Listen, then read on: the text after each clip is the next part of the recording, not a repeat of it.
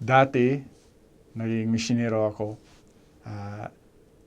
Yung pinakamahirap na parte ng naging isang misyonero ay yung tinutulong ko ang mga tao na maging mas malapit sa Diyos sa pamamagitan ng pagbibinyag.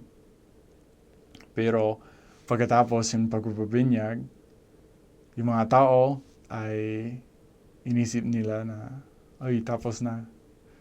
Pero hindi totoo yan. Hindi yung wakas, yung pagbibinyag.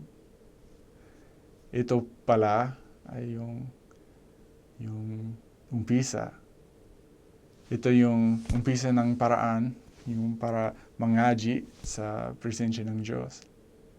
Pagkatapos yung pagbibinyag, ito po yung panahon para sa atin na pagtitiis hanggang wakas. Pero yung pagpapabinyag, minsan ito iniaya yung niraramdaman natin na ay, sobrang masaya yung panahon na ito.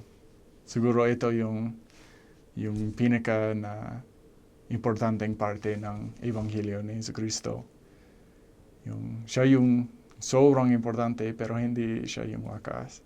Kailangan natin na magsimba linggo-linggo. Kailangan natin na mangaji araw-araw.